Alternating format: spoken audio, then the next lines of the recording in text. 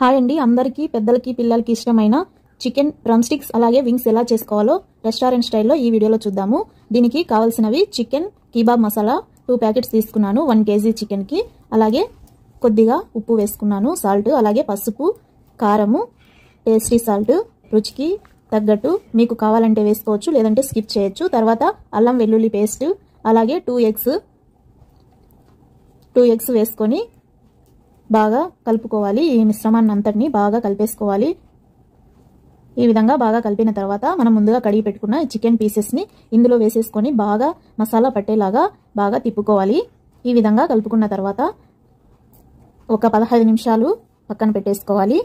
తర్వాత కొద్దిగా మైదా పిండి ఒక 1/2 కప్పు వేయాలి.